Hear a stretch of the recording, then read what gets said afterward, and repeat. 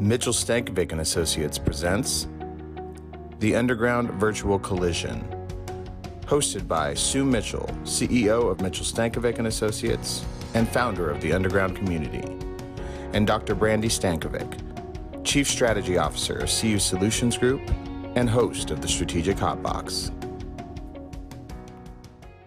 Hello! Hi. We are here live. Can you believe it? Oh my gosh.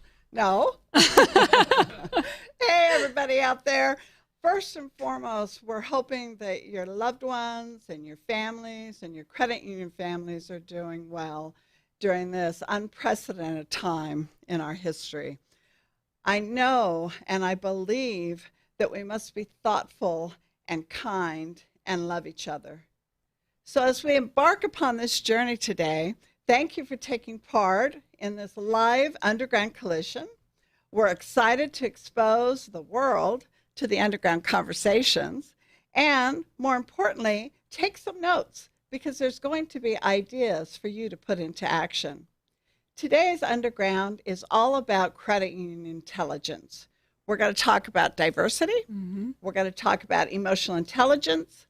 We're going to look at business intelligence, COVID, and I really love that I'm here with Brandy and that she's been willing to share the Strategic Hotbox with us today so we could collide.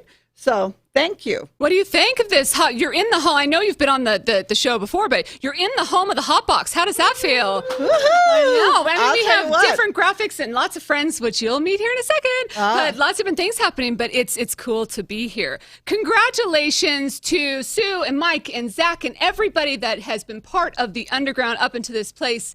Here you are shaking it up again. And I know the world had a little bit to do with that this year, but I congratulate you. I applaud you on keeping it fresh and keeping it real.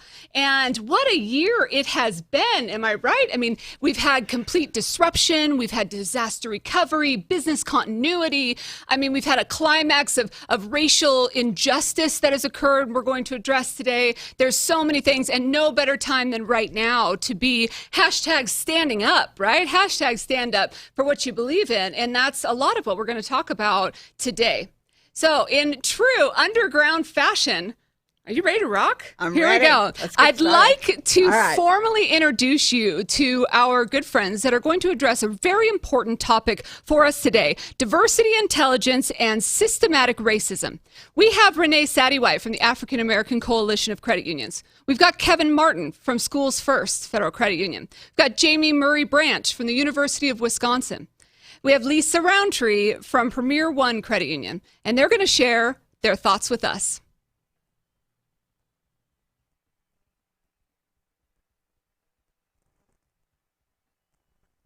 We have to make a statement. What ACC did not say, and I don't believe we had to say it, was this is no longer acceptable. You cannot continue to kill Black people. We're done. It's over. Not having it. And so the call that we wanted to have was for a call for healing, to let our membership know that we care, we're concerned, our head is not in the sand. We're not going to ignore this issue.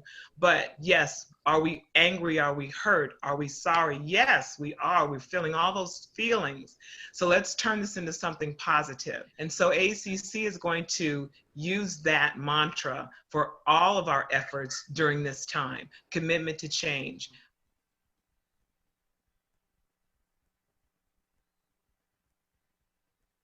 Black Lives Matter, even before it's just a movement, just the phrase is just so powerful. And there's, people that try to politicize it, but ultimately it means that there's a disproportionate impact on the Black community when it comes to the justice system, period, but police brutality specifically. So unfortunately, racism is not new to America, right? It's as old as America is. And the Black community is, again, unfortunately used to this. This one felt different.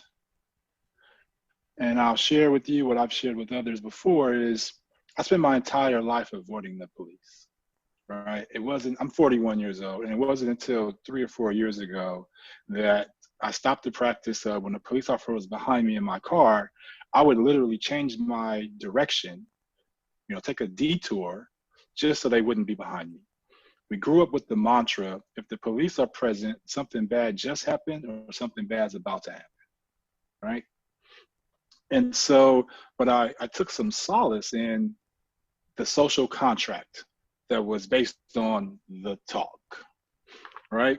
And that's when you do get pulled over, you got your hands at 10 and 2, you got your window down, your music is off, your car is off, you got your driver's license and your insurance, registration readily available. It's no, sir, yes, sir.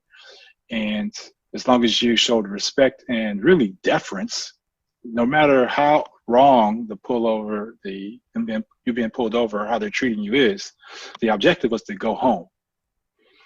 And so, I'll be yes, sir, no, sir, clock and go home. But then you see George Floyd. I felt angry. I felt scared. I felt disappointed. And I ultimately was just exhausted. And I wasn't able to take time off like I probably should have. But thank goodness for the African American Credit Union Coalition. They were the place of solace and comfort and an ability, an opportunity to share your feelings and know you weren't in a place by yourself. And without that organization, I'm not sure where I would be right now. Where do we go from here individually? I can tell you what Kevin's going to do. So Kevin has decided to continue to lead through vulnerability, right? So I try to say yes to every opportunity I can share and provide a voice at a table where that voice may not have had a seat before. 2, there are many folks. I have done a lot to try to make everybody else comfortable and take them along this journey at their pace. I'm done with that. So I'm going to give it to people straight, and they can either educate themselves and continue their journey, or they can be upset with me or whatever it may be. But people are dying. And if you don't acknowledge that and do any effort on your part to educate yourself on why that disparity is present, I'm no longer catering to your pace. I'm going to do what I think is best to try to save as many lives as possible, and that be real lives and financial well-being. And so I'm going to lead with vulnerability. I'm going to make sure that myself as well as my credit union is present for everybody in our movement. If they have something that is an inaugural event, if they have an opportunity or they want to have a discussion that's going to be a tough one, I want us to be present. I want us to participate, even if it's just to listen. I don't think people understand how important it is just to be present and what that means to folks that you're listening. And so I want to make sure that we're present there. And then I'm going to speak truth to power, and I'm going to speak truth to discomfort. And I'm going to continue to lead, participate in the difficult conversation. I wish we can get to the point where we can have these conversations openly, honestly, with trust, based on the fact that we want to improve the movement. We want to be better for our members. We want to improve the country. And we can't do that unless we have these conversations. And so I commend the African American Credit Union Coalition for kind of starting that in the wake of George Floyd. And I commend you for continuing these conversations, because I think it's important for us to be open to having these discussions and to develop relationships and to strengthen relationships across, different perspectives, across cultural perspectives, across gender differences. All these things we need to have a conversation about and better understand everyone that's involved, because we're all human and we're all just trying to do what we think is best. But there's a lot of history and a lot of systems in place that need to be, if not completely dismantled, at least rethought. Through my clinical teaching at the University of Wisconsin and my volunteer work with Head Start, I've remained in touch with children with disabilities, adults with disabilities, and families who are living at or below the poverty line. And I think COVID really brought to the foreground a lot of the issues related to racial inequities in our country as they impact on health, finances, housing, jobs, you name it. And there was an interesting study done by Harvard from the Center of the Developing Child. And they coined the term ACEs, which stands for Adverse Childhood Experiences. So we know that in normal development, we all experience stress at different points in time. And those are healthy experiences for us. They're usually short term. We have a nurturing family around us to help us navigate that. And we develop resilience and we move on. But when you have a number of adverse childhood experiences affecting you, food insecurity, home insecurity, parents are busy dealing with all of what life is throwing at them. They're maybe not able to provide as much time and attention to you as a young person. Then the cumulative effect of that can be very, very detrimental.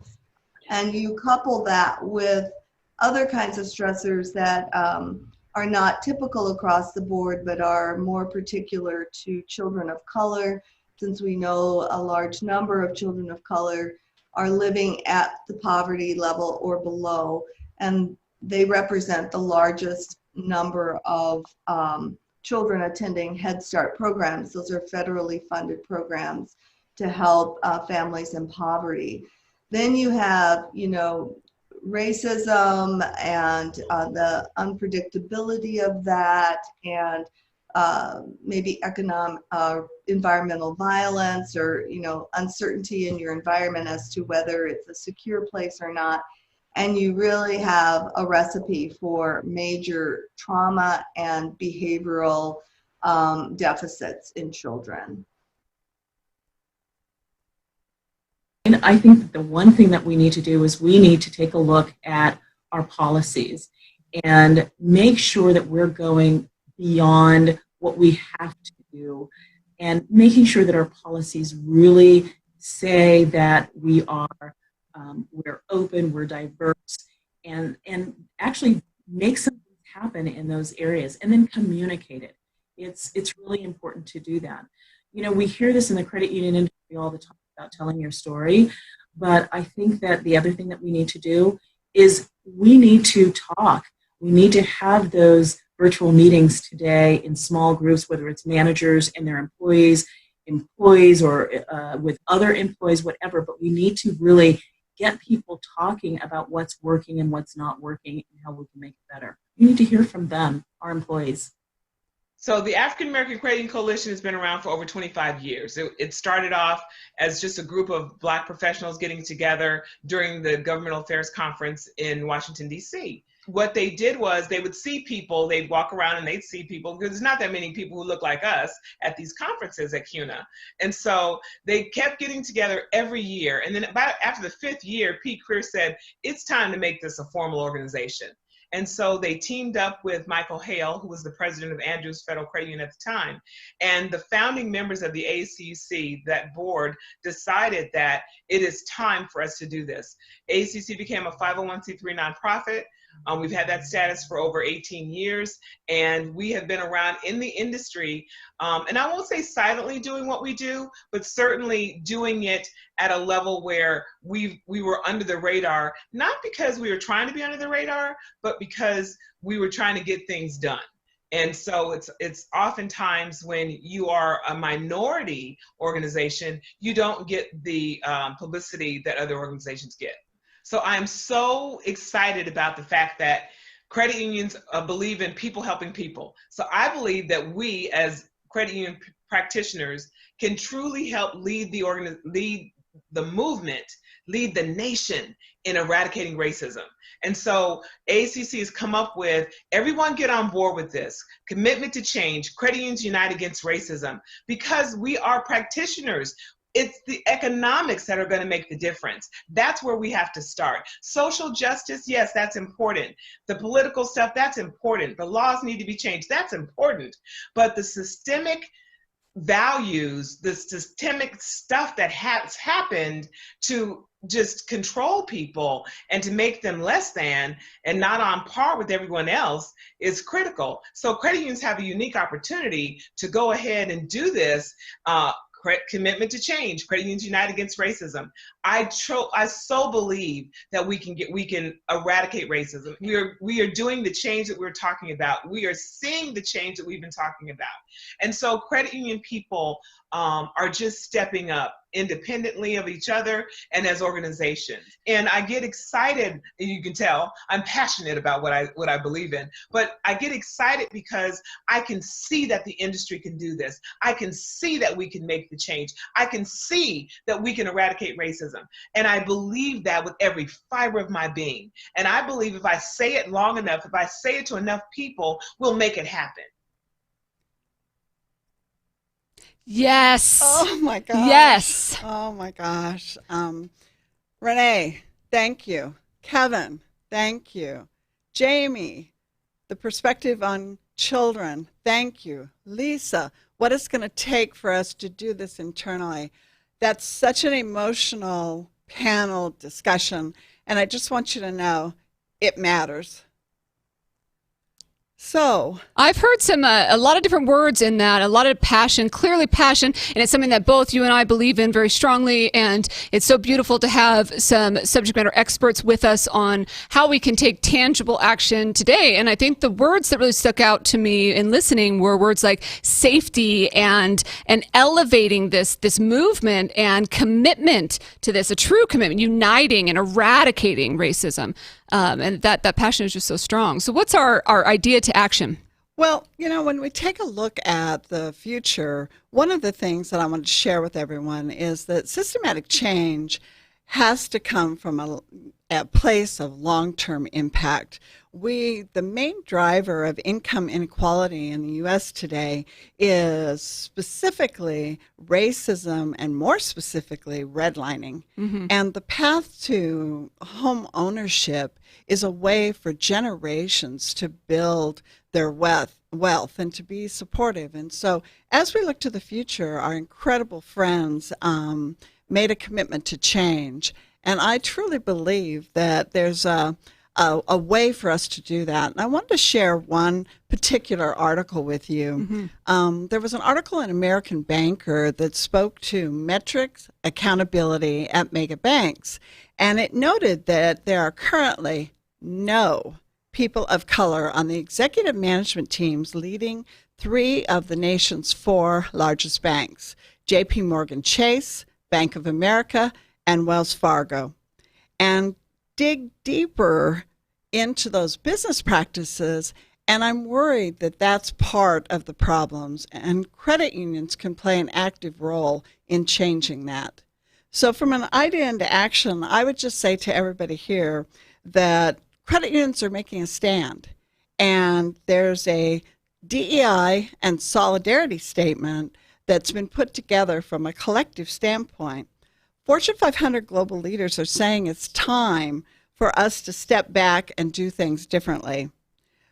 Hope Credit Union in Jackson, Mississippi received a $10 million deposit from a $100 million plan by Netflix.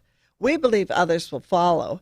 And with that in mind, the credit unions are ready, and they've put together the DEI collective. So let's learn more from Allison Carr, our credit union partner, and Victor Coro from Cooperera.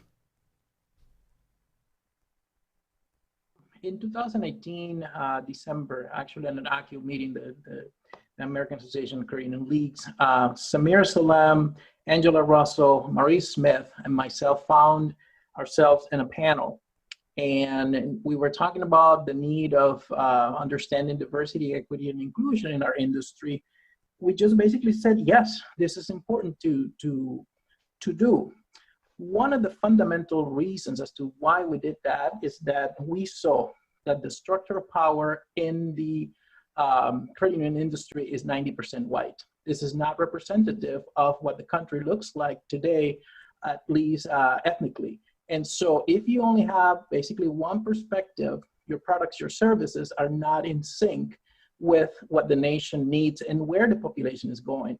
There's committed professionals, practitioners that know about diversity, equity, and inclusion, but it's such a big task that no one organization can really take it by itself. And so it needs the voices and it needs all of the might and power of all of us together to advance diversity, equity, and inclusion. So we actually fulfill our philosophical mandate, which is to include.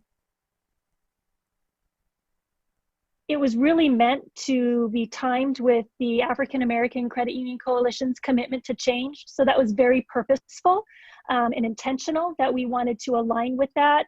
And having it come out on Juneteenth, I mean, that just brought it, full circle in that regard. The solidarity statement was a very collaborative effort, many renditions to make sure that it touched on all the important elements and was respectful of the feelings and emotions of everyone involved and respectful of what's happening in our country. Our goal is to bring forth social, economic, political, and legal justice for combating centuries of violent oppression and systemic racism everywhere. We really want to work towards creating meaningful, transformational, and sustained change and to be a catalyst for that change, and commit ourselves to listen, learn, advocate, and amplify the voices of the most marginalized and vulnerable within our community in accordance with our cooperative principles and to create a better society for all. So it's really, it's the benefit of our communities, it's the benefit of our movement, it's a benefit for everyone. It's as simple as volunteering for an organization, giving of your time, or making a donation to an organization that is doing meaningful work to move these ideas forward. And we're just so pleased to be able to share this message with everyone. I would say take action. That's basically what this is about. And usually, as a consultant with many credit unions, the first thing they say is like, we don't know how to do this. And that leads to inaction and to excuses. And basically that document, when you sign the pledge, you see a number of things that you can do right now. And so I encourage everyone in the credit union space to take a look, sign it, and take action. Hey, I'm going to say stand up. And I'm going to say the time for change is now. And to quote a very wise woman, Sue Mitchell, we need to shine a light on humanity and the issues that we need to address. So diversity, equity, and inclusion are fundamental to a vibrant, relevant, and growing credit union movement. And now it's time to stand up for the future. And in doing so, bring our whole selves, be authentic, vulnerable, understand that this is a journey we will never fully arrive, and we're constantly learning and growing. And while that we are on different paths along this journey, we are stronger together. Sí, tenemos que trabajar juntos para avanzar. Juntos avanzamos. Thank you to Allison and Victor for sharing the original path of the DEI Collective. We are proud supporters, both CU Solutions Group, the Michigan Credit Union League, my own division of Strategic Advisory, MSA. We believe in what you're doing, and we are here to support and be a part of it along the way. So thank you to you for that. We were talking, this entire topic, it could take up every conversation of every day forever. I feel like we need to just continue to make things happen. And so for the ideas into action here really is about learn, love, kick ass. And I think it aligns with the strategic hot box so well. And Allison talked a little bit about, Kevin spoke to it, Jamie speaking to it, that we need to be learning all the time. We need to be loving one another, no matter what the affinity group is, and really thinking about how we can execute, start doing something different today. And that really is the true system or the true belief of kick-ass. It's not just a cool like cuss word like that we hang out with our friends and say. It's really about do something, get off your and make something happen, right? And that is really going to be required here in this topic and in this industry. So we have some fun performance that's about to occur here. We'd like to welcome our friend Latrice McLaughlin. Latrice McLaughlin. She's going to join us, and she's from Connecta, and she's going to share a little bit about her story and do a little performance, original song. Let's check it out.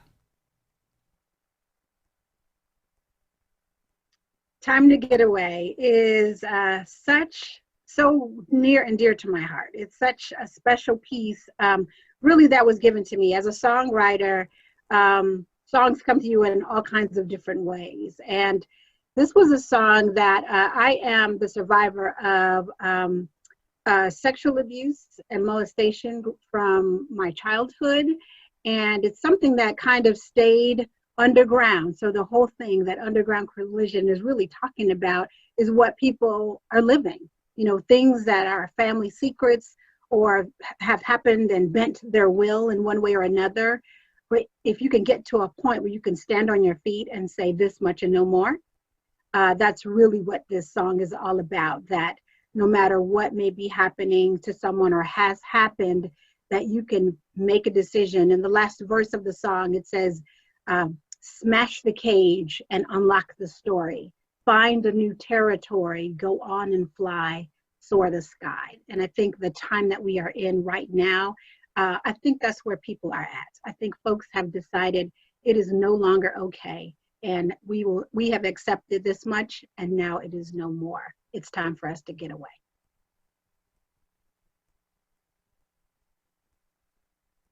They place prints on the art.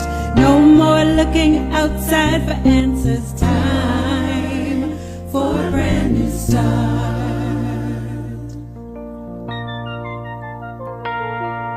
Smash the cage, unlock the story. It's time to find a new territory. So go on and fly, soar the sky. Time to get away, to learn love, to be free. Time to get away, to learn love, to be free. Dare they place smudges on the windows? Dare they place prints on the art? Beautiful voice. Oh my gosh, Latrice, that was so wonderful. And thank you so much for sharing not only your story, but your music and your passion and the words. I mean, that was an original song. So I welcome everybody to go out to the website and hear the full song. So now, as we look to the future, one of the things that we're constantly asked is, what is the underground? And so I'm going to tell you a little bit about my story and the underground. And I've taken a little notes here, so I'm going to be referring to those. I'm what you call a serial entrepreneur. When we started the company, our first mega client, mega dollars, was a contract with a very large bank. The problem with that was that they were very slow to pay. And as a startup, we all know that cash flow matters. And so that was something that we were really looking at. And we were introduced to credit unions. And we were in a position to where our credit union colleagues became partners. They helped us from a lending standpoint. They began to align their mission, their vision, and we were able to come together and truly form a partnership that's lasted for a number of years. Credit unions are cooperatives. They're one vote, one member, creating a value proposition and a venue for financial democracy. And I think that's important for those people that are listening in that don't know the credit union story. Sometimes credit unions are considered to be a small industry, but with the power of World Council of Credit Unions, we're talking about a cooperative movement that touches over 1 billion people worldwide. That's a big deal. Absolutely. We can make a difference, especially during these very difficult times. So for over 30 years, Mitchell Stankovic has been dedicated to the support of the credit union movement, and the history of our success has been best represented by the fact that our clients do well. And so as I look at our volunteer efforts and I look at the companies that we started over the years, they were both business networks as well as business organizations. And I'm very proud to say that we've been recognized by organizations like the RMJ Foundation, the National Credit Union Foundation, the World Council of Credit Unions, and all of our work with World Council's Global Women's Leadership Network. That's made our journey worthwhile. So as we look to the future, I'm often asked, so what is the underground? And for many of you that have attended, you know that it's a special place for us to get together and chat. So the idea of us going virtual has been an interesting transition, because the reality is that people have to have courage to be able to stand up and to speak their minds and to challenge people for the future. So we've created an environment that was once our client conference, and we turned it into a session where we get together and we tackle tough topics and we talk about what those mean. And then we ask everybody to take a pen and write it down and figure out how you can make that transition. In addition, we create white papers, we create deliverables. Some of those in the last year or so have been social disaster recovery, people pandemic, modernizing board governance, diversity, and CU Pride. And we're especially happy to see that the people that have come together are taking it upon themselves to move it forward. So if this is your first time to attend an underground, welcome. If all of our underground activists are out there, we're looking forward to seeing what you do next. Thank you so much for joining us today, and let's continue to go underground. And if people now, so where we're going to go here, of course, now is to a little collaboration, we should say, like back in the day with the song "We Are the World." Do you remember that song in the 80s? You know, some of it, I might be dating myself in that "We Are the World," but nothing like a collaboration. And so with this, we put together a little special thing, and you might see a few familiar faces in here. Shall we check it out? Lean on me when you're not strong.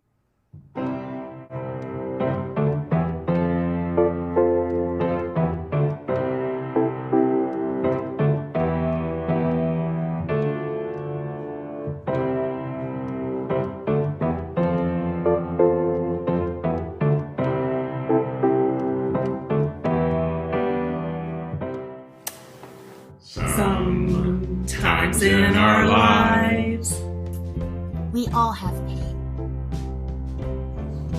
We all have sorrow. But if we are wise,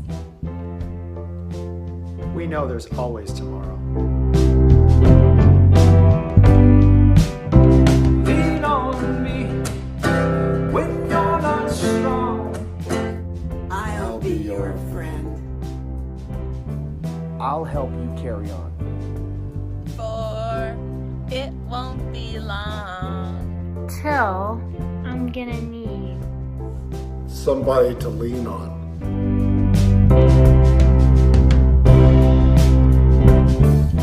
Please swallow your pride. if I have things you need to borrow. For no one can fill those of your needs that you won't let show. You just call on me, brother, when you need a hand.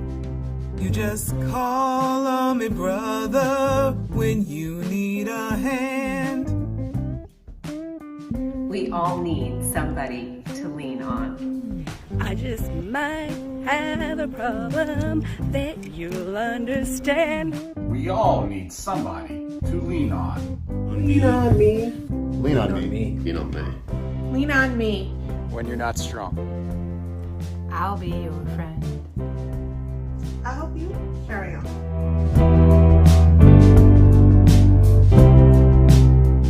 For it won't be long till I'm gonna need someone to lean on. You just call on me, brother. When you need a hand. We all need somebody to lean on. I just might have a problem that you'll understand. We all need somebody to lean on. Apoie-se em mim quando você não estiver se sentindo forte. जब तुम कमजोर पड़ जाओ तो मेरा सहारा ले लो. Treme, ako him. Sumandal ka sa akin kung ikaw ay mahina. Nitegemee wakati hauna nguvu. Apóyate en mí cuando te sientas débil. Sumandal ka sa akin kapag ika'y nawala ng tibay. Usigambe kunze nga tolina mani. Otpri se na mene, koga nesi dovoljno hrabar. Lean on me when you're not strong. And there's no better time than right now to choose love and lean on one another. It won't be long till I'm gonna need somebody to lean on.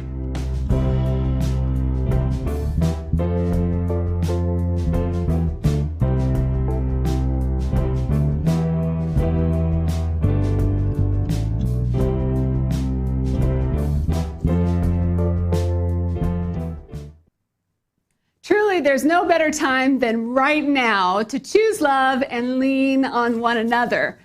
You may not know this, but the Lean On Me video was one of my brilliant 1 a.m. Ideas. So thank you to all of you who answer my crazy texts and help me spread the message of love. So I've changed it up on you. I'm in a different place, still live here on the Hot Box, but I'm in a different spot. This is actually a green screen. I tried to talk Sue into having a bit of a Wayne's World moment, you know, like, yay, I'm in Delaware. Does anybody know? I could be alone on that reference.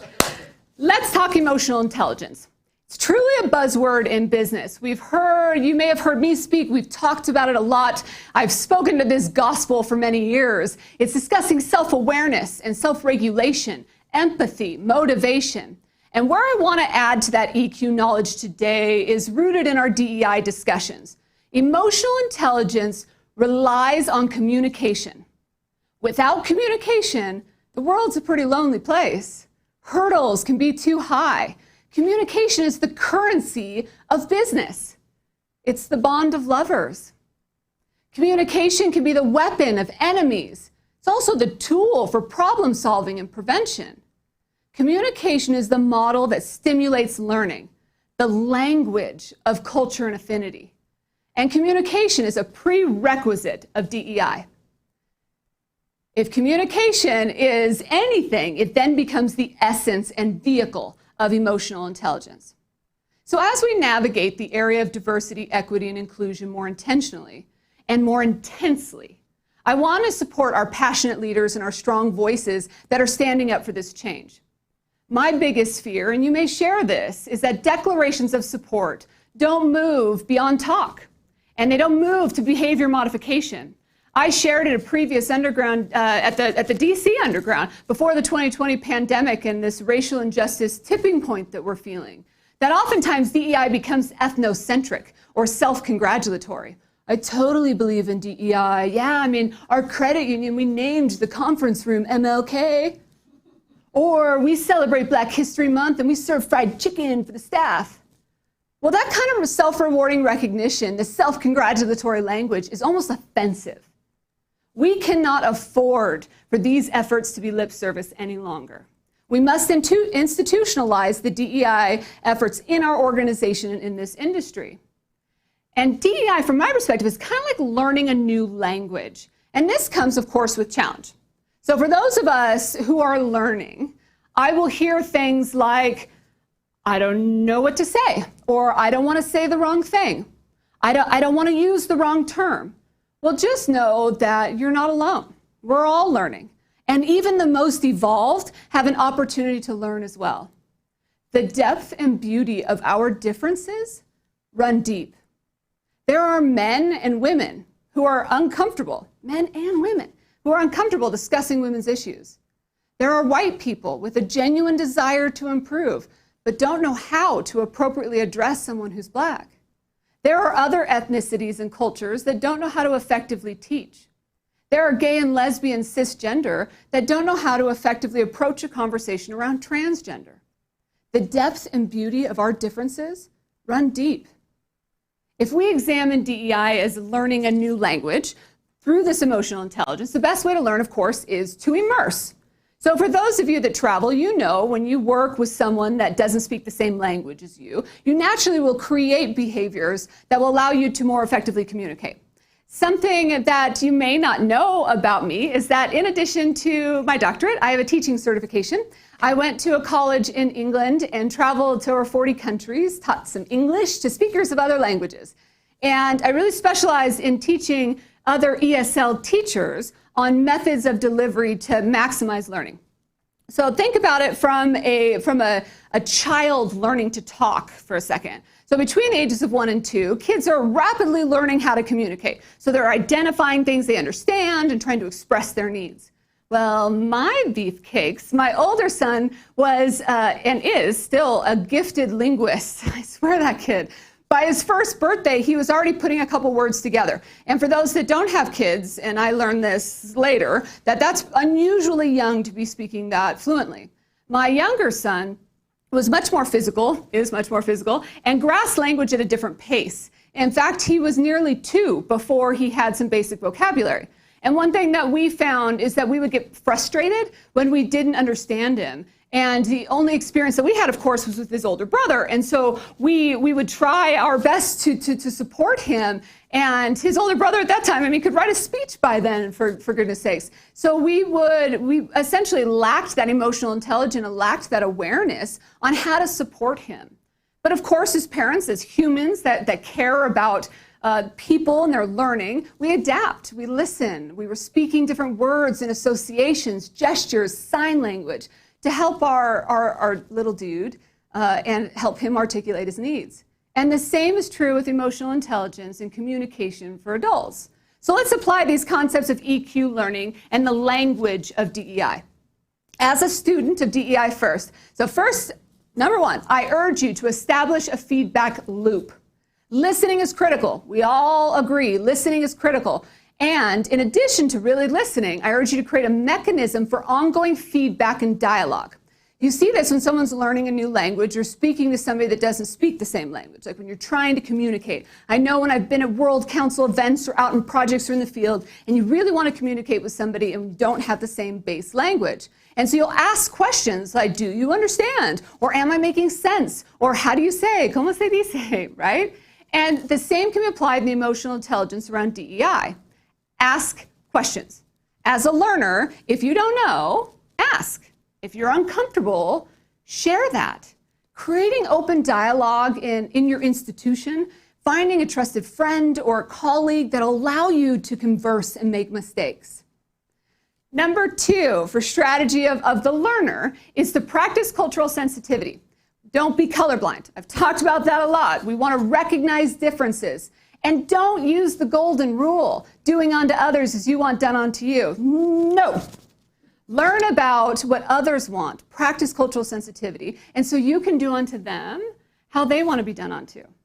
I had a call with my good friend Gisele from Brazil yesterday. And hello to Gisele if you're there with us today. She and I were recording a video.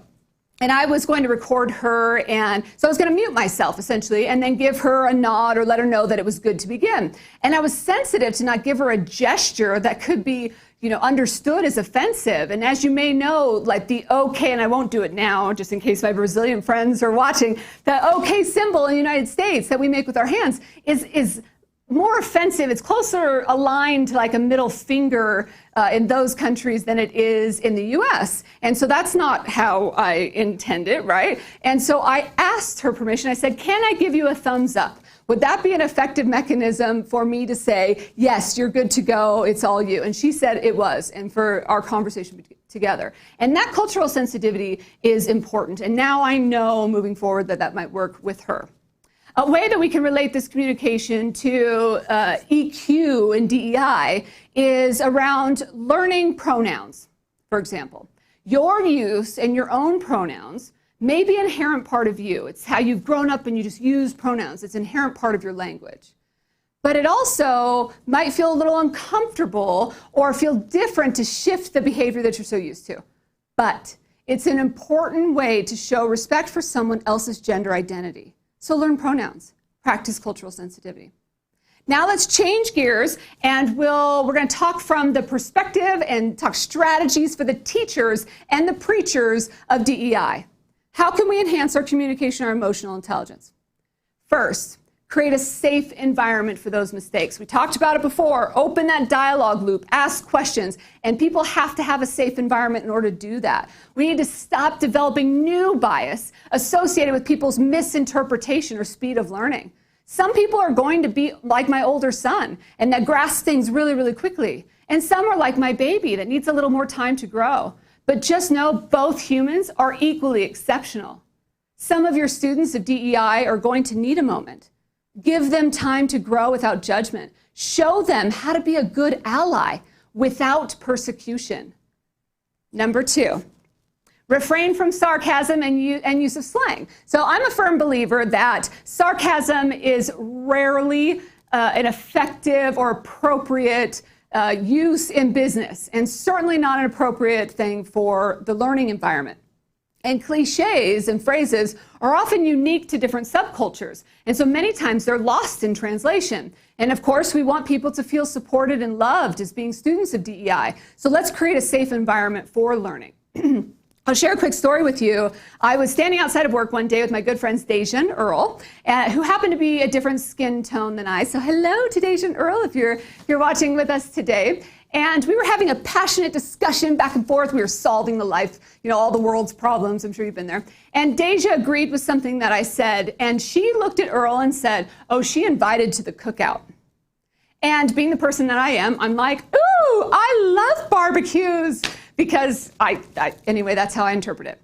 And so we laughed. They laughed a little at me. I laughed a little with them. And I even asked, what time does it start? And what night? And so nonetheless, I learned that that was a statement of love. It was a metaphoric cookout. She was saying that she could invite me. I was invited to the cookout as her way to express that her family would welcome me and that she welcomes me.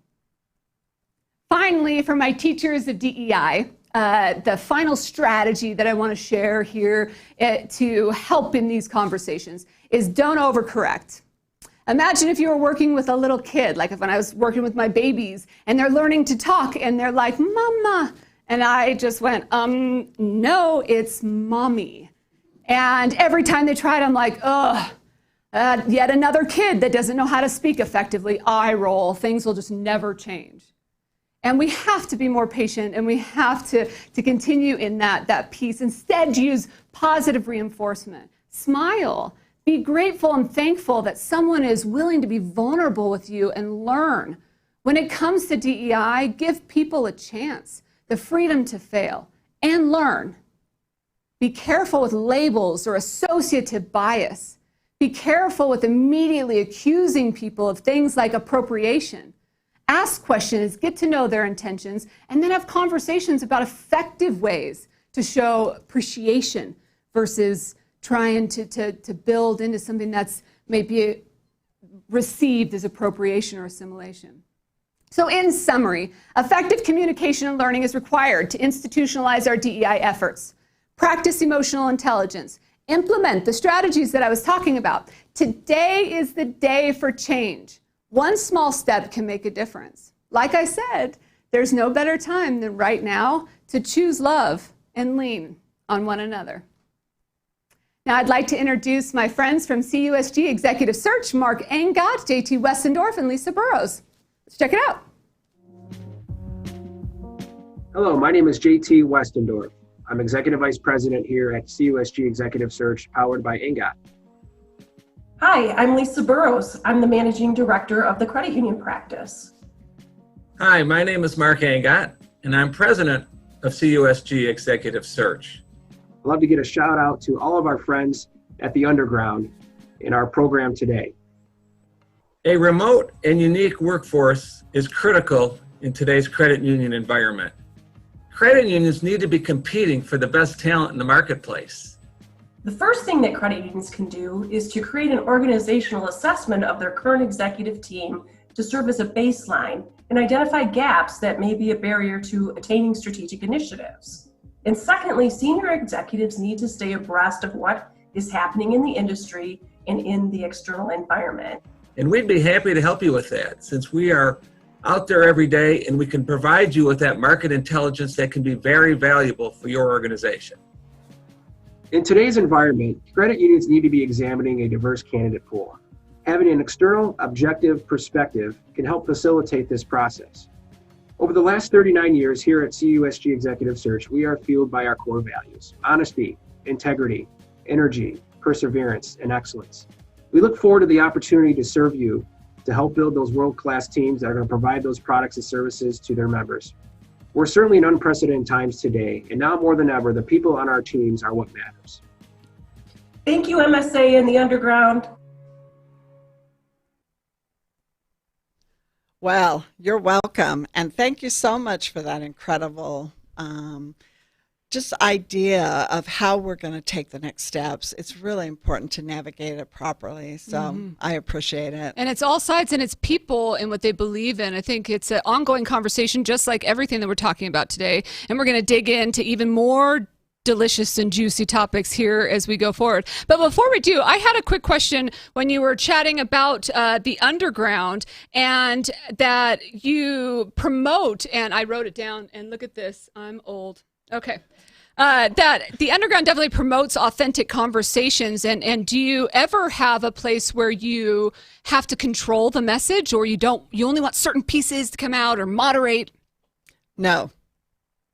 And the reality is that people express from their heart what they're talking about, and it's very important that we hear that. And as long as it comes from a place of respect, a place of tolerance, a place of wanting good intentions, then it's great. Yeah. And I think that people have to self-regulate. Sure. And that's what takes place on the long run when we deal with, the Underground conversations. And that builds back into emotional intelligence as well, right? I mean, self-regulation is the number two, such an important piece of that. And that's in all of these conversations, self-regulation, then learning in that. So I love the idea that you create an environment where everybody's getting it out, because it's better to know than have everybody be passive-aggressive in their feelings, right? It's better to be aggressive-aggressive. Is that just me?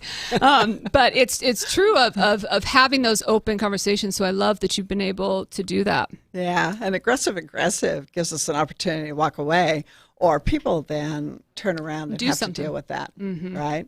So I think that there's some kind of, if you will, a little bit of a threat to people when you start to be authentic, but believing in where we are today, I think from where we were in February, and we talked about Maslow's hierarchy, to where we are today, it's incredible. We're all at that same level, and we need to have these conversations, and we need to be looking at the core needs of people. Yeah. So, well, recognizing some of those unconscious bias, right? So we can create true equity in these conversations and actions. Yeah, and learn as we go. I think that the biggest thing for me is that I'm listening and I'm learning, and the old dog can learn new tricks kind of thing. I mean, I know. The reality is that I want to push myself forward, and I think other people do as well. And not all of us are real comfortable with that. No. But on the other hand, that's where progress will come from. Yeah, no doubt about it. That makes sense? Absolutely. All right. So I think we're going to move now. I'm excited to introduce that we have this incredible business partner, CUNA Mutual Group, and Shazia Manis has been a thought leader. She's been an Underground supporter, and we are excited to welcome them to the Underground.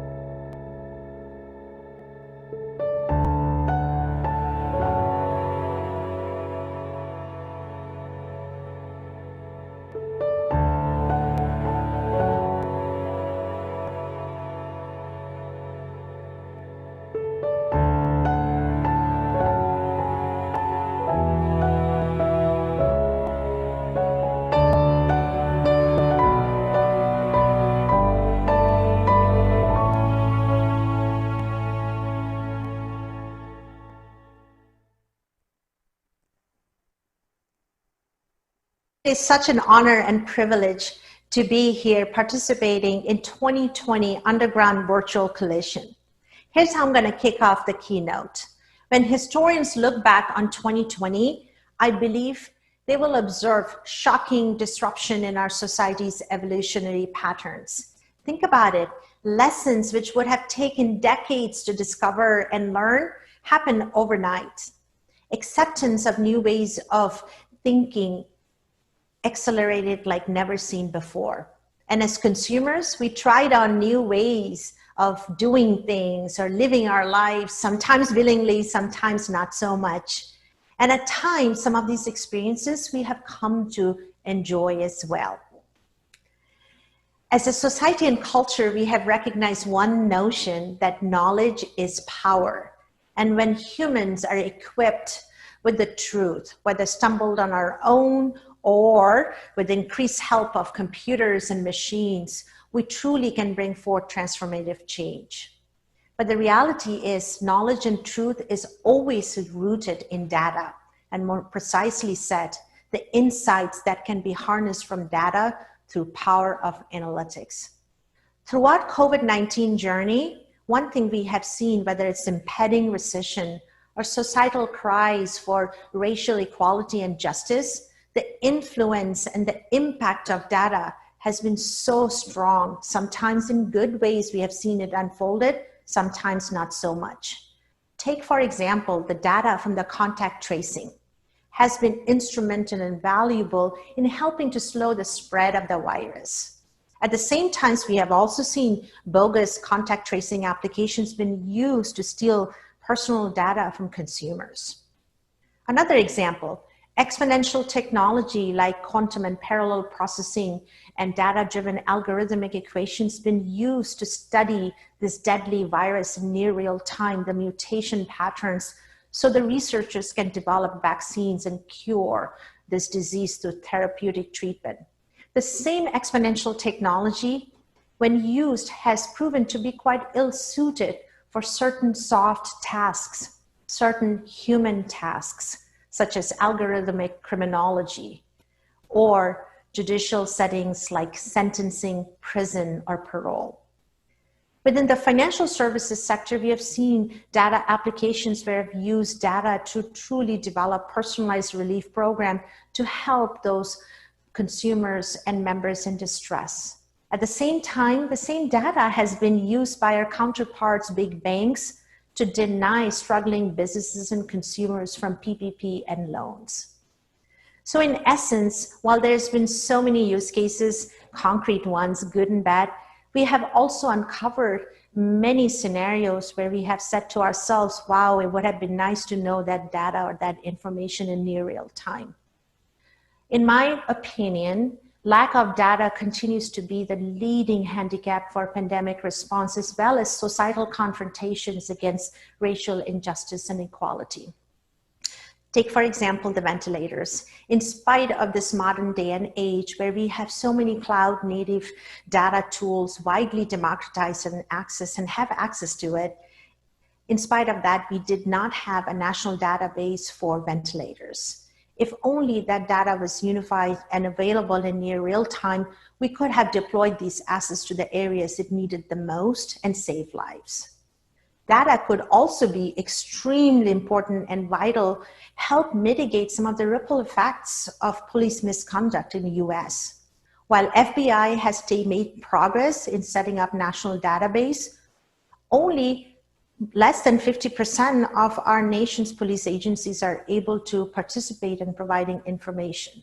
These are just a few examples which only proves the point that application, awareness, and appreciation for data-driven insights and activation will continue to mature and enter the mainstream lives of ours. whether it's society's front, whether it's from business front, or whether it's our consumer day-to-day living front of things.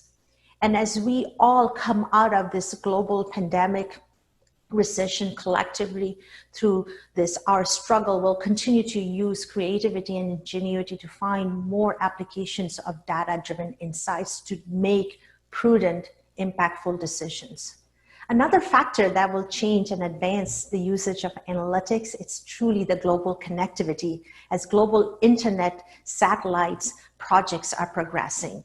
And 150 million people living in the most poorest and rural parts of the world first time comes online.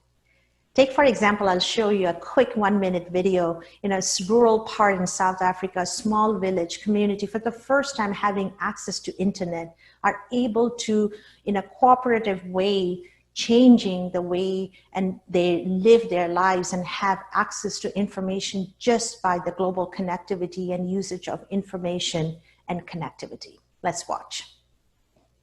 We're at the home of one of the headmen of the villages that make up Mankosi. This is known as Ngobo. And once a month, community members meet here as part of the cooperative.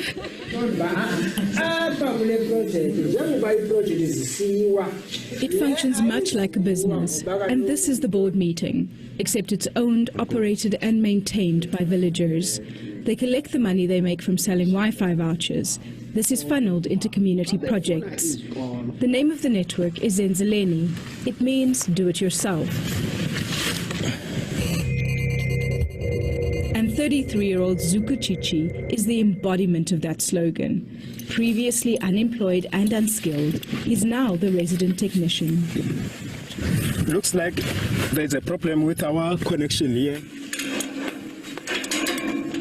The village built this mast themselves at a fraction of what telecommunications companies quoted. Just like this cooperative rural village in South Africa, I truly believe that credit union movement is well poised to come up with solution tools underpinned with global connectivity and data can transform and provide personalized financial services and solutions to the communities they serve. And that is what it means to live out the people helping people spirit in this digital age. As part of my parting comments, I'd like to leave you behind 3 prudent and timely relevant use cases that advances and leverages analytics initiatives. First and foremost, digital transformation, which I believe the industry should really take a hard look at it in a real way. And what I mean by that, thanks to the quarantine and lockdown, for the first time, we have segments of our members who are exposed to a digital channel, a digital solution. Let's go back and look at that segments of the members to know and collect the data on their usage, their activity, and their experiences, and then come up with an activation to really help them be engaged digitally. For example, if a member segment first time attempted to use remote deposit capture application and ended up abandoning and calling in to a call center, that's a great information to know what really went wrong. Was it an onboarding process that has to be redesigned? Is it an enhancement to a capability? Or is just outreach and educating that member segments of how to use that tools more effectively? Secondly, proactive relief through consultative guidance as membership goes through the recovery phase. Data can truly tell what's just around the corner for different segments of the members by persona. And this information is readily available, which I call smart data in your fingertips. Take a look at the transactional data, such as the deposit data, or even automatic payments data like ACH data, which gives you a ton of intelligence of who is depositing funds into your member's account, what's the frequency, what's the amount, and just by monitoring on a certain months, you're able to know in what way the deposit amounts may have changed, the frequency may have changed, or the depositor may have changed. And all of those intel and data starts to paint a picture of that member personal financial picture, and you're able to take a holistic approach to help them through. In addition to that, when you combine with anonymized widely available data through analytics partner like local economic data, retail sales data, or behavioral data of segments of member, you're able to get a full holistic picture of the member's financial picture and can truly provide them the guidance and the solution they need. Last but not least, enhance existing diversity, equity, and inclusion initiative. This just cannot be a talk anymore. We truly believe credit union industry is well poised to be able to use data to first assess our own business model to know where we have gaps, significant gaps and opportunities, and what way we need to calibrate ourselves. And then use data to see the communities in the local society we serve and we operate in, and in what way we need to approach our initiative to be able to advance this cause very intentionally. I'm sure, like many of you, all of us have had many learnings in the course of last several months. For me, one of the key learnings have been disruption is never 100% predictable. In fact, none of us know where the next challenge will come from or where the biggest opportunity lies. One thing we all do know, that data can serve as a strong armor for us to be able to navigate the uncharted waters. Data is truly the bricks which lays the footpath on which we can walk through in this recovery cycle we are all in. And what is needed as leaders in business more than ever is the strong muscle for agility.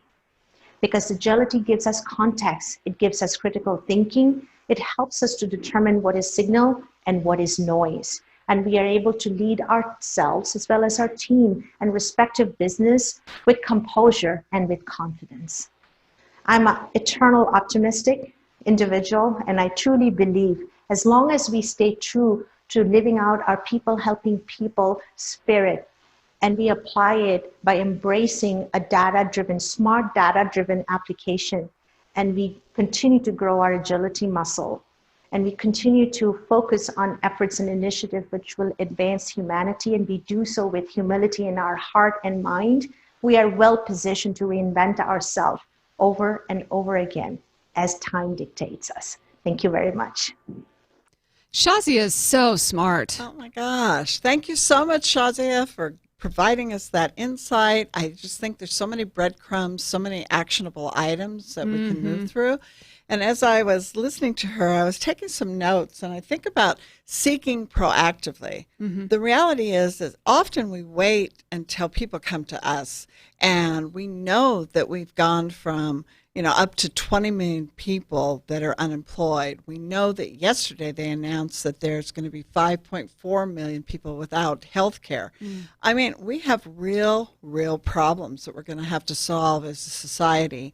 And as credit unions commit to that social purpose and commit to what they're going to do within their communities, I think it's going to be critical that we look at the data and that we understand where we are today and what we're going to need to do in the future. Yeah, no doubt about it. I love that she was talking about how disruption is unpredictable. Right? I feel like mildly a strategic planning guru, or I did up until 2019, and never again will I ever think I've got it figured out.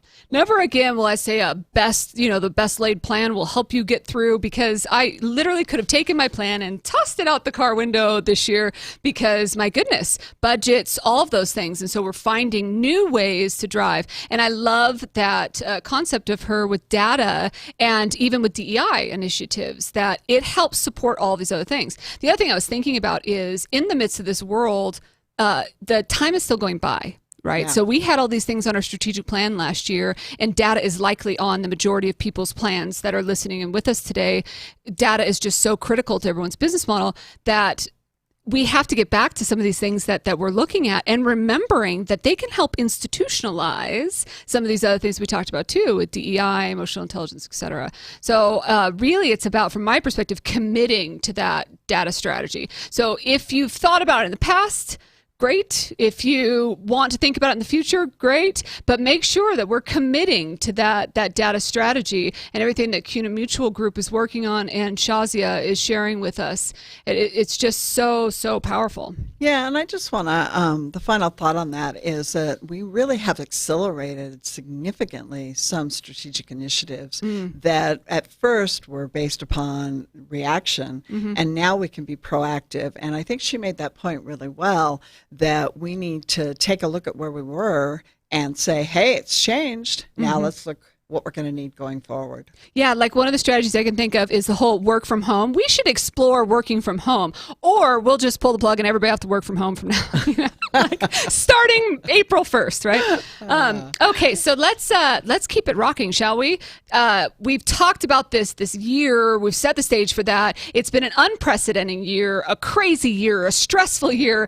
Enter any adjective kind of year. And I know that as many of us we should never again use the term unprecedented, but really there's no better way to define what is occurring. And so we would be amiss if we didn't at least address what's happening in the pandemic and COVID and business continuity.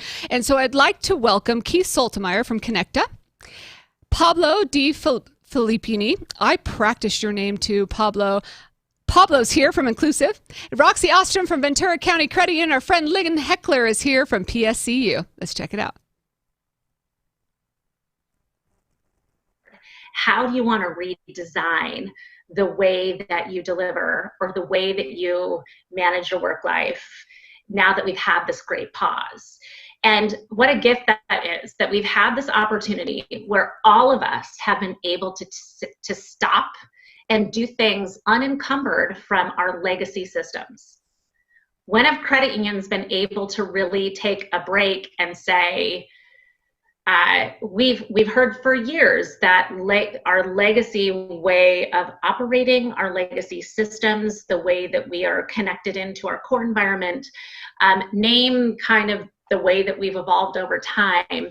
This has probably been the closest thing to behaving almost as a startup, like where you've been able to come in and rethink the way that you deliver culturally. You know, you've been able to push back things that have been cultural norms that probably in our old environment would have been very challenging to make change. We had this catalyst through the pandemic that made it possible for us to culturally do things that we would have been afraid to do as an industry before. And then I think there's a design component. I'm a CX person, a client experience person that has to think of things from the customer perspective, from the member perspective.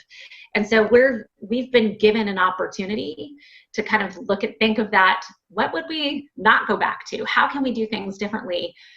Thinking about it solely through the member's eyes, instead of thinking about our own discomfort in doing things differently and the operational shifts, the pain that we'll go through that. We've just gone through that pain. We've had to make a lot of change really quickly. Now we kind of have the gift of really being able to design from the member in and be able to say, how do we deliver remote service? How do we deliver with immediacy? How do we deliver with complete personalization? How do we offer transparency and control? How do we do all of these things that make real-time banking and financial services, especially with this idea of wellness that seems to just be the primary component of stickiness and the primary need that today's consumer has when it comes to financial services, and that credit unions it's just inherent in their DNA. The pandemic has created an opportunity for us to kind of wrap ourselves around all of those things and perhaps see it as a positive and an opportunity. Mobile apps, online banking portals, IVR and client service systems. The more seamless the experience, the deeper and more holistic your member relationships become. And while APIs allow you to better integrate these offerings, the Co-op Developer Portal makes it easier than ever to manage the APIs you need, so you can start developing immediately, implement new features quickly, and test to ensure their success. Because flexibility is critical, the Co-op Developer Portal provides comprehensive coding options. And whether you're handling development in-house or with a third party, Co-op's experts are available to consult and support. Discover the growing opportunities the Co-op Developer Portal can bring to your credit union's growing relationships. And take advantage of the open platform that gives your developers extraordinary agility, so you can more quickly deliver the integrated digital experience your members expect.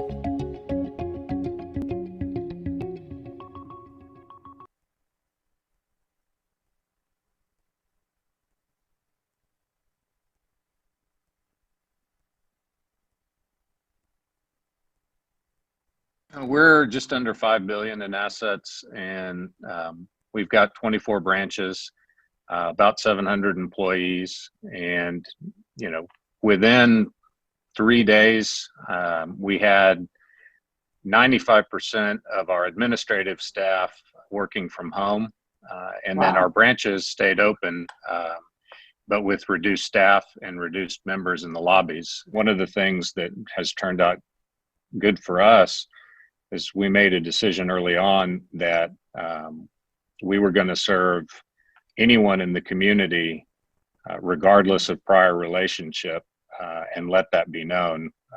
Word got out. We ended up with about 2,500 applications, and quite a few of those, probably more than half, were from non-member, non-related folks. And I can't tell you how many emails I've gotten and letters and from those non-members really thanking us and pointing out the differences between their PFI and us and the way that we handled it and the way that we served them.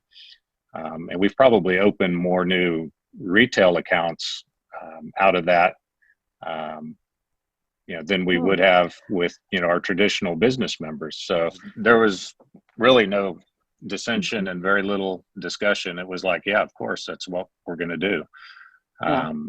Now we did kind of stipulate that we were going to limit it to our footprint, so we weren't going to take the applications from outside of kind of our service areas unless they were from existing members, just because we had so many in the communities we served that we didn't think we'd be able to get through them all.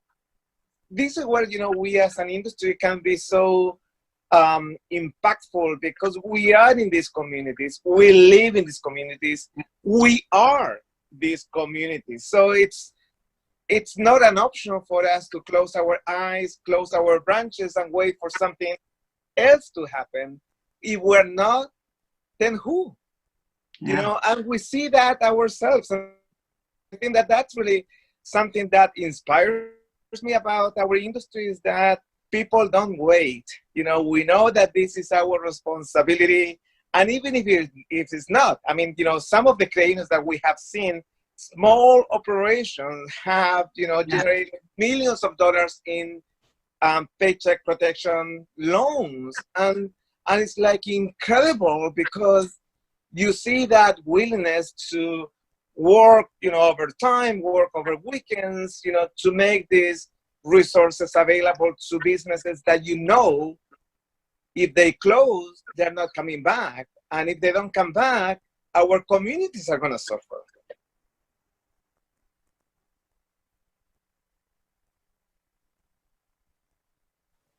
I would have to say that between the senior population, our Hispanic agricultural folks that are out there, the agricultural industry is deemed essential. When the schools closed, now mom and dad and grandma and grandpa went out and harvested. Kids went to school. Wow. And now the schools closed. Somebody had to lose an income to stay home with the children. So where can we jump in and say, hey, what can we do? Yes, we can give to the food banks. And what about the small mom and pop grocery stores? What can we do for them? The government's got a lot of good plans, but we've got people that still haven't received unemployment checks. And 12 weeks into this, now their houses are lost. The mental aspect that this is created for distress is just unbelievable. We kind of got a picture of that with Global Women when we got together. I think we just need to step in and do what we can do, not short term, long term. Keep your focus on those folks that we said, we promised that we were going to help. and represent. Keep an open mind. Look for unusual ways of helping. Look at something and say, how can we make that work for our members? Members first, we can't lose that concept.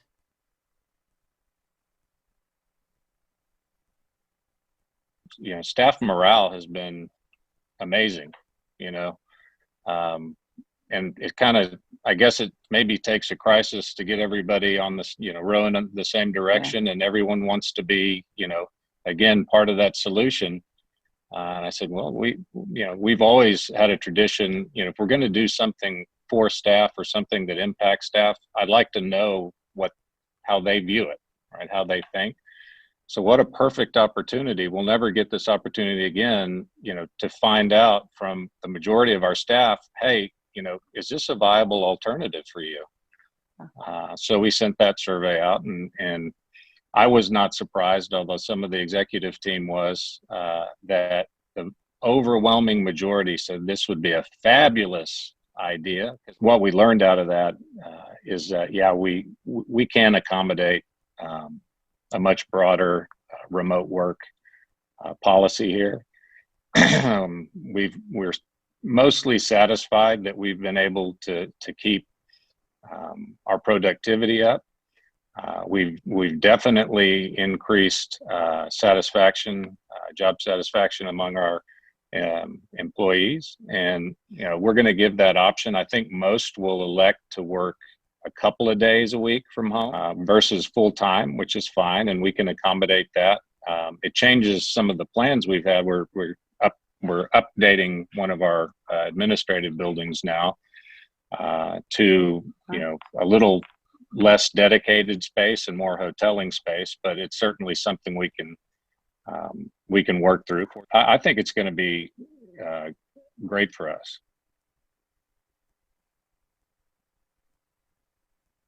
We started this cross-functional planning team. We call it R2B2, or Return to Business 2.0, who basically are empowered to create the return to work plan.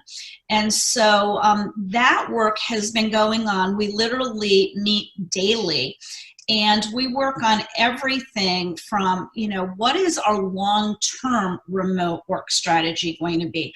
How many employees, you know, what roles do we think can stay permanently remote at PSCU? We know what jobs we're struggling with being remote, and a lot of times those are the frontline jobs that require a lot of training for new hires. So we actually have figured out ways to have those folks back in the office in a very socially distanced way for training, and then we roll them out to a home environment. You know, it's just having to be creative, and we're just about finished with, remember I said nobody's got the playbook? We're trying to write one.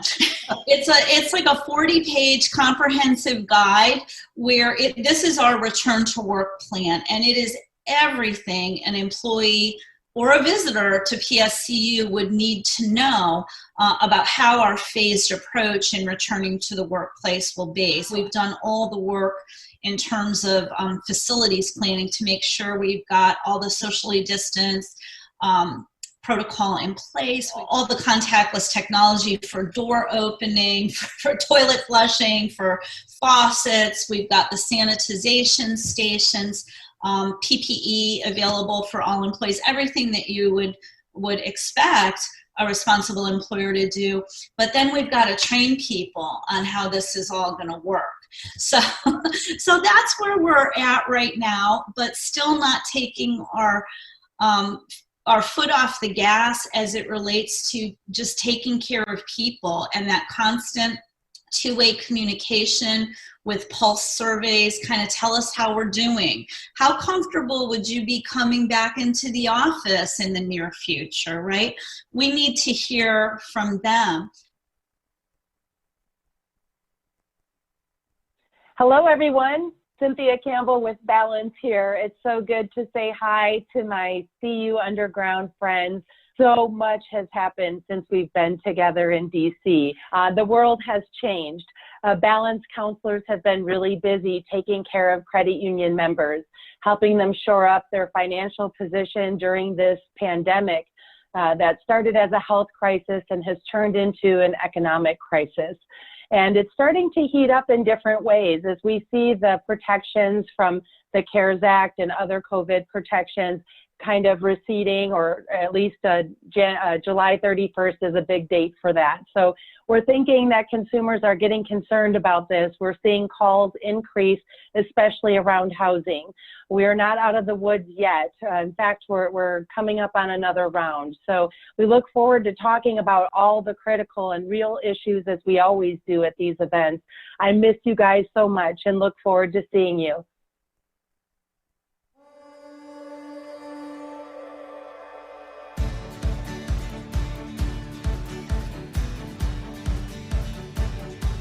We deliver service. We deliver trust.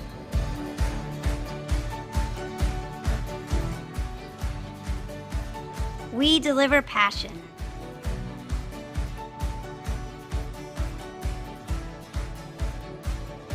We deliver leadership.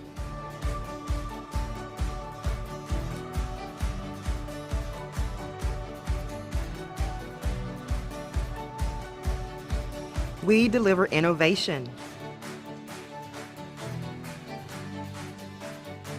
We deliver possibilities.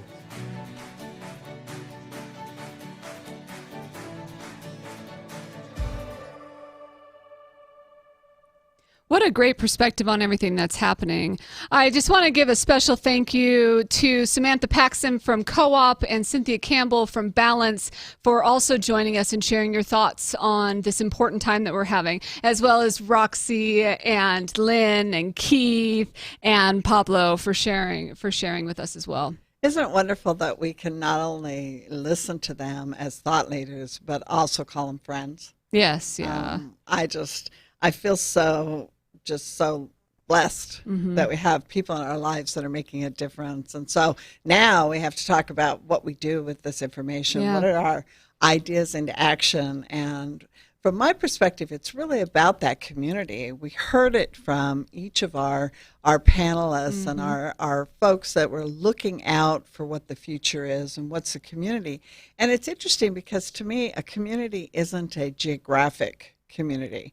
We know that we have a social community. Right. We know that we have people in our lives that become part of our community. Yes. And I really feel that as we look to the future, asking your employees and having them be recognized as essential frontline workers was huge. Yeah. I mean, it shows the credit union spirit. Yeah. So I'm just excited to hear those stories and what they shared.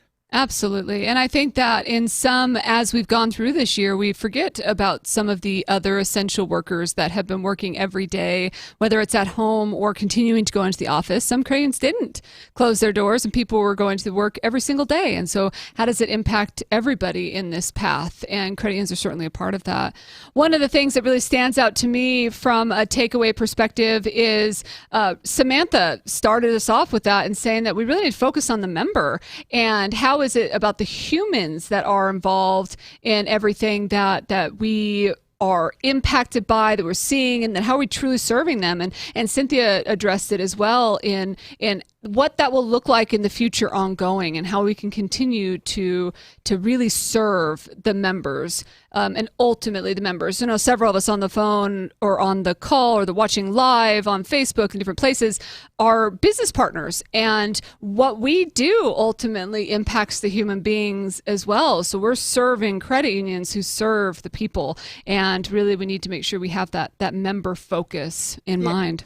And one thought about that, I mean, when we think about a credit union, we think about the social bond, and the reality is that what we've come together with right now demonstrates that. And I think those connections really remind me of what makes them special. Yeah, no doubt about it. Remembering our core purpose. Yep. And it isn't much different when we think outside the U.S., right? And I feel part of what I feel very fortunate for in my work is the travels that I've been able to do and see how vast the world really is. And the more I seem to learn, whether it's through DE, so shout out to our DEs, hey, hashtag 2003 best class ever. But not only that piece of it, but it's whether it's DE or it's World Council or it's Global Women or it's YCUP, that we have the ability to learn about other institutions. And we were in the UK here earlier this year, and with my friend Tyler Valentine and Paul Norgrove, we were talking about business models of credit unions and really saying that even though their business model is completely different in the UK, there's so much that's the same. So how do we then domestically, how do we bring out that globally and not just focus so much on what we have domestically? So let's check that out now. So I'd like to introduce our friends Brian Branch from the World Council of Credit Unions. Andrea Rusnak is going to give us a shout out here from PSCU. Zach will also talk a little bit about CU Pride. And then we have 4 international guests that are joining us. Lenny Sanroque from the Asian Confederation of Credit Unions. Ellie Zagonianin from Fulm Savings, Macedonia. Maureen Najorgi, African Confederation Cooperative Savings Credit Association. It's that cultural sensitivity. I am in full effect here with learning my friends' names are so important, and I believe and I love in all of you. So let's head out and hear what we need to be thinking about from a global perspective. In faraway places, many people see little hope for the future. A seemingly endless list of barriers denies them financial freedom. And while the locales are different, the issues are the same. But there is hope. Credit unions are the answer. When you engage globally, you access a unique toolkit that grows the head and heart of your local credit union. Doing global good together is what makes us different, as individuals, as institutions, as a movement. Join the Worldwide Foundation for Credit Unions and become a global champion at doglobalgood.org.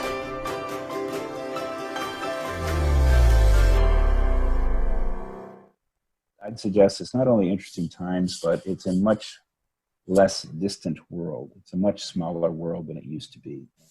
And now the world is very tightly knit together. It's hard to be isolated.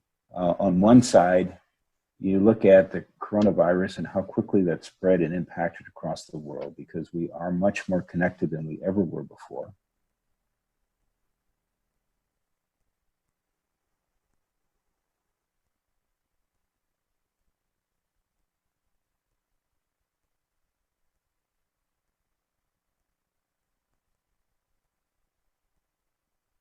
For the first thing that we did immediately, it was telecommuting. So half of all our employees are working from home to make sure that we can always have, if someone get ill, that we will have another group of people who can come and we make sure that our members has easy access to their money. We implement all our managing boards and everything is online.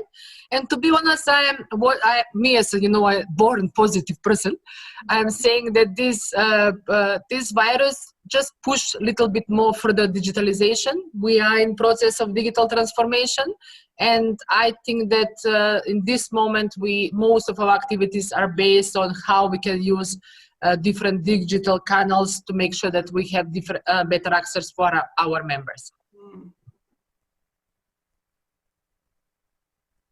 Yeah, I think in addition to what Ellie have mentioned, of course we also work from home.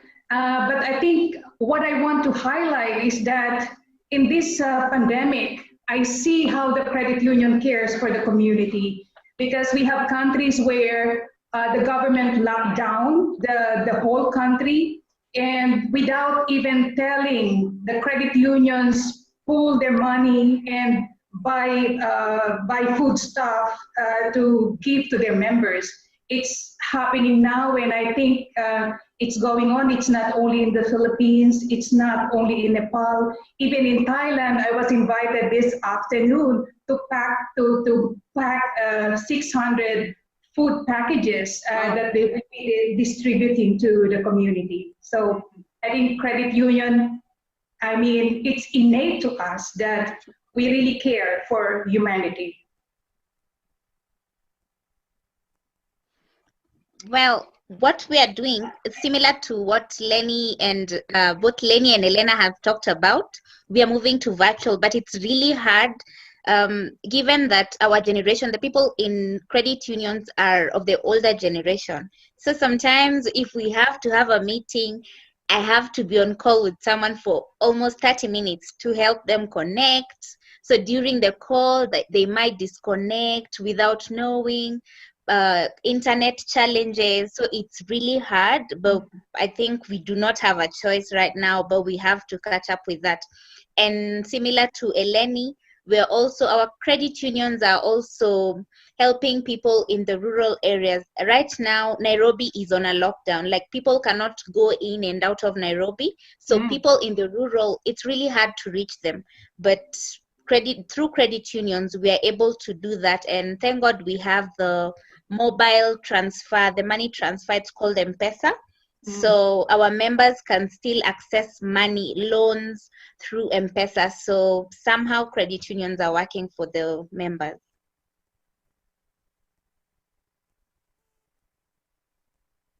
How can we work and how can we make a difference after this pandemic? Because right now, what I am thinking is that with what is happening now, there will be a lot of people who will be back to poverty, because a lot of people have lost their job or are not actually earning this time, and they are only depending on food ration from the government. Particularly, I saw that in the Philippines, in Nepal. Definitely the rise of poverty we can see that, and we can anticipate that is happening. The reason why people are depending on ration is because I think there is a lack of financial literacy among people, because the rule of thumb on financial literacy is that at least you need to have 6 months of your money in your emergency fund. And that's not available now in many poor families. So I was thinking that I think the women, especially the sister society members, I think they need to be ambassadors of financial literacy to their credit union, so that when this pandemic or this emergency happens, people will not depend on others to feed their families. So I hope that after this pandemic, women can create a difference in the credit union by teaching people or members of the credit union, particularly the poor people, to acquire the skills to be able to prepare for emergencies such like this. One of the most challenge that we are facing in this moment is a lot of micro businesses that are practically closed. And most of their businesses are owned, run, or supported by the women that, thanks to the Global Women Leadership Networks Society that we are part of, that they were having a lot of learning processes, a lot of opportunities to learn new stuff. And now they are closed. And this is something that really kills me, to be honest. And that is something that we will be trying to push in the following period, because we don't want them to withdraw, because it's the easiest. It's in this moment, it looks like that, okay, I'm closing the business.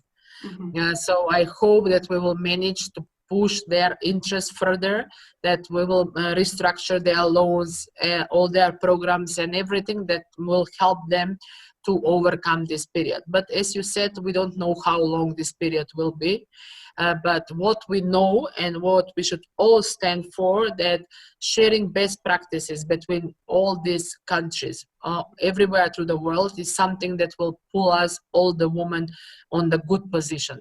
And as I like Sue, it was a few, I don't know, last week when she shared what is the practice between the countries that are led by the woman and how they manage this process. And I think that one is in common, and this is emotional intelligence that most of the women have. And they run in this moment based on that criteria. And I think that the new woman leaders will be based on that knowledge-based, sharing knowledge, sharing practice. And this is why our Global Woman will help. So if maybe I should talk about Africa, before all this started, women mostly could not get an opportunity to attend our meetings, our trainings. There's that cultural thing that they're supposed to be behind, you know.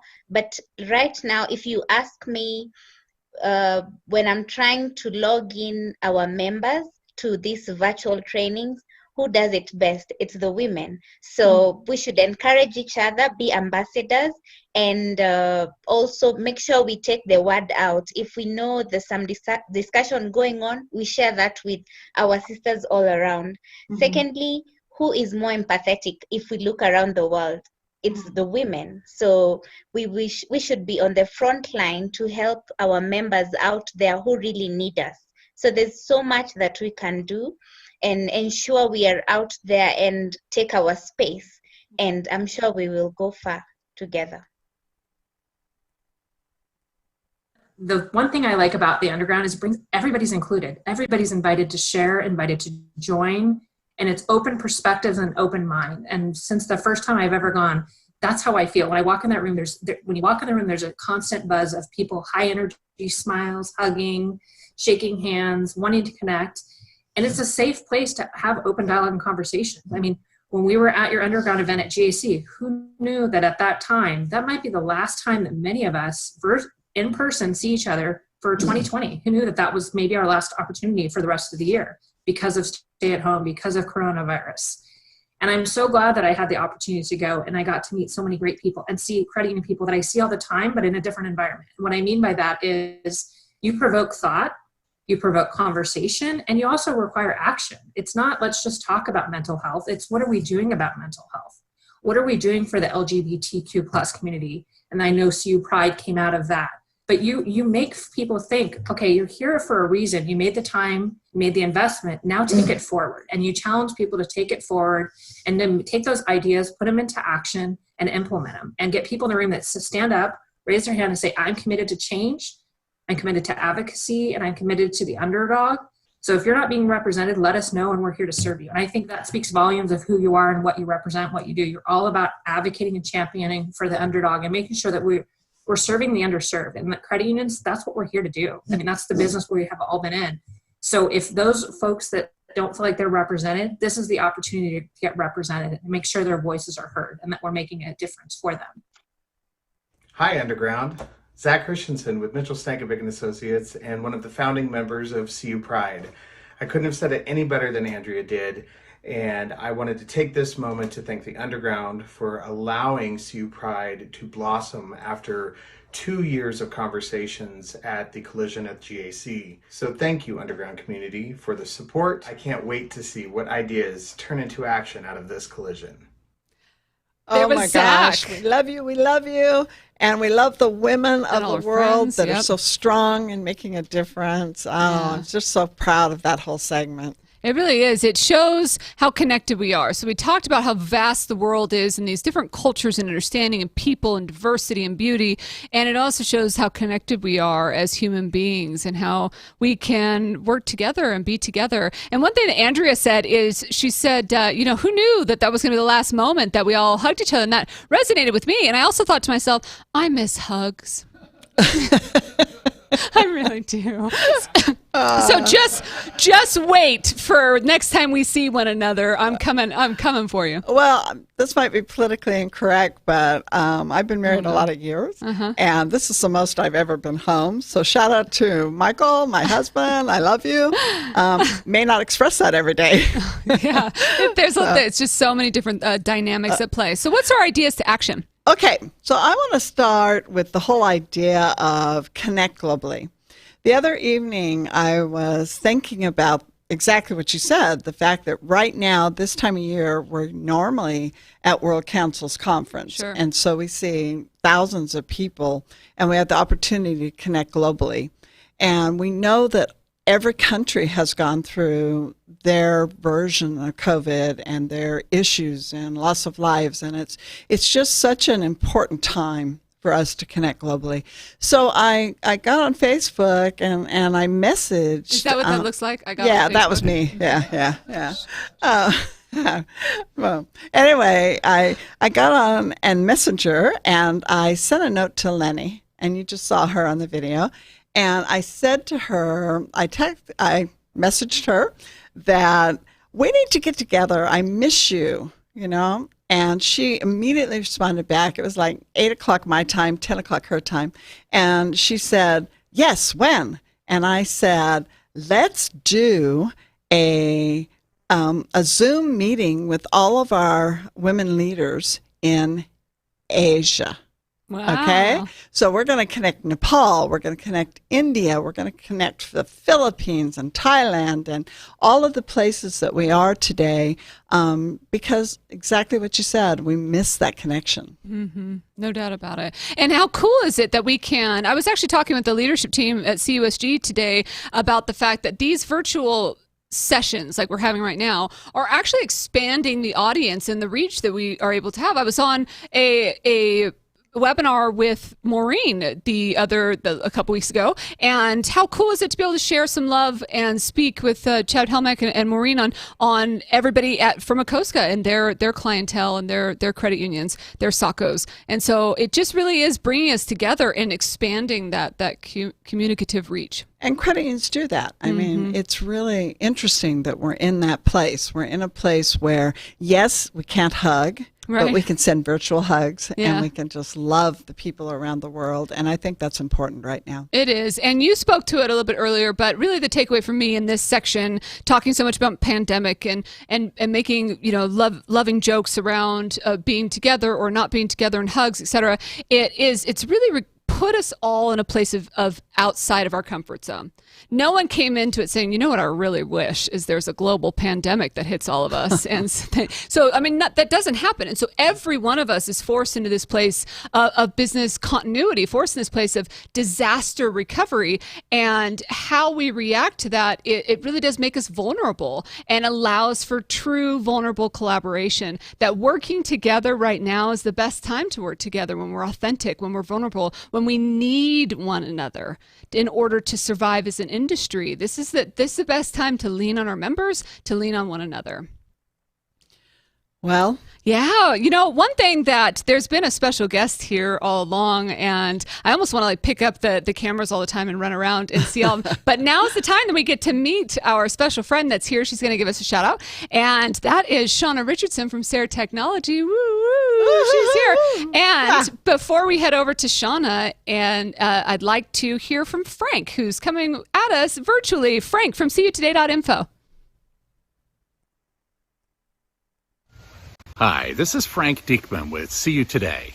When I think about the underground and the underground voice, I don't think so much about a singular voice or a singular topic as I think of multiple topics and multiple voices. And I think that's what really differentiates the underground. That is, it isn't just the subject matter that is being discussed, but it's the format in which it's being discussed. And it isn't a set of remarks coming from a podium to an audience that they can take or leave.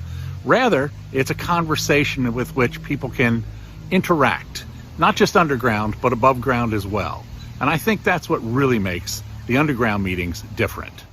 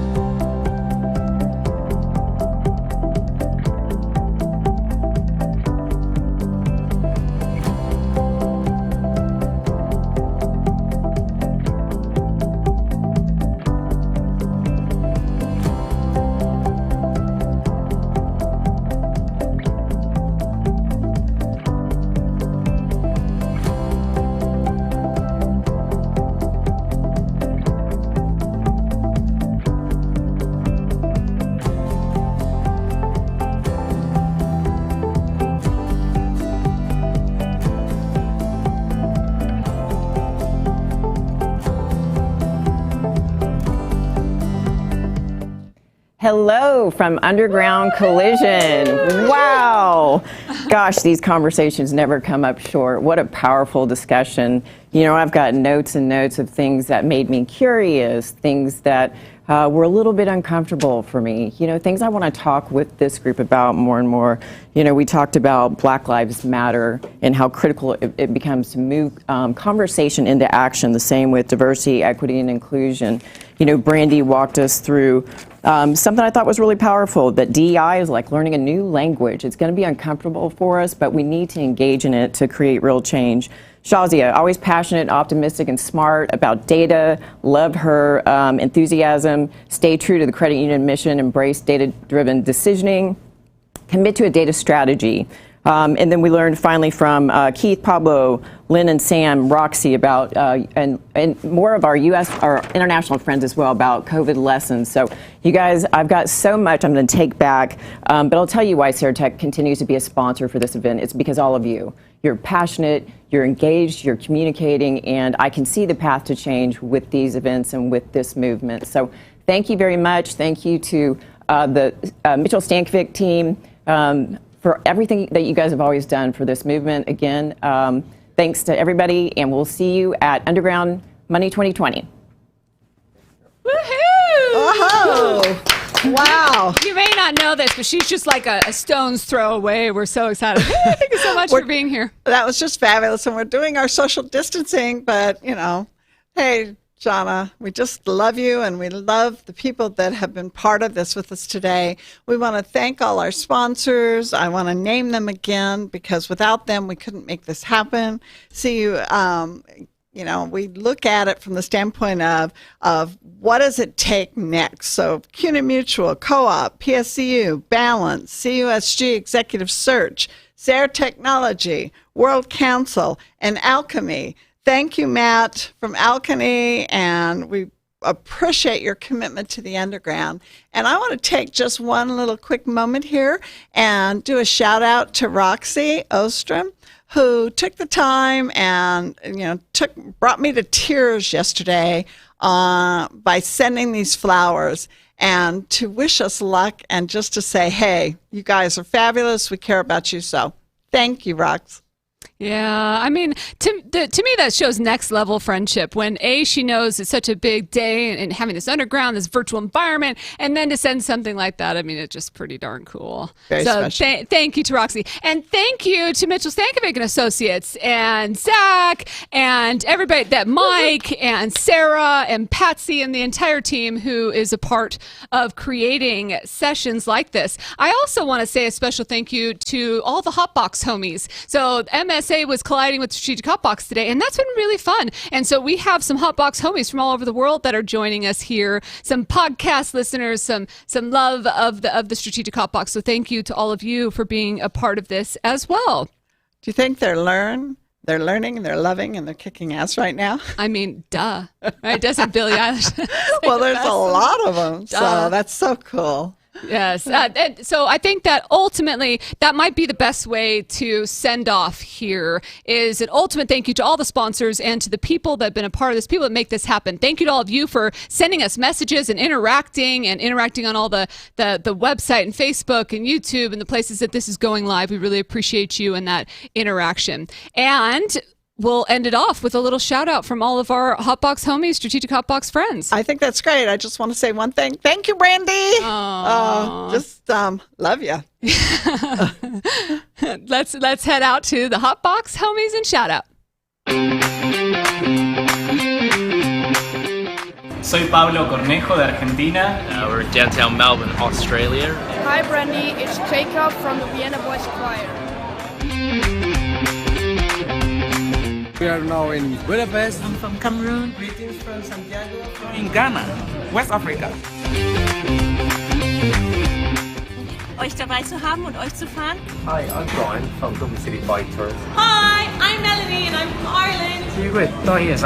I'm Benson and I am a tour guide in Kenya. Hello, my name is Eleonora Zgonyanin Petrovic. From Malawi. En la Ciudad de México. Hola. Mi nombre es Adrián, soy de la Ciudad de México. Hola, ¿qué tal? Soy Laura Zavala y estás escuchando a Brandy Stankovic. From Panama. Philippines. I'm from the Philippines. Mabuhay. Singapore People Innovation Lab. I'm Tammy from Thailand. Aberfeldy, Central Purchase, Scotland. St. Lucia, the Helen of the West. I'm from Trinidad and Tobago, the land of soca, calypso, and limbo. You're here in very sunny London. Caracas, Venezuela.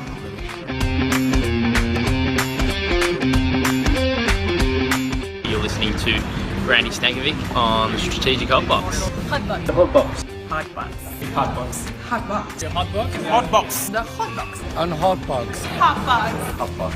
Hotbox. Hotbox. Hotbox. Hotbox. Hotbox. Hotbox.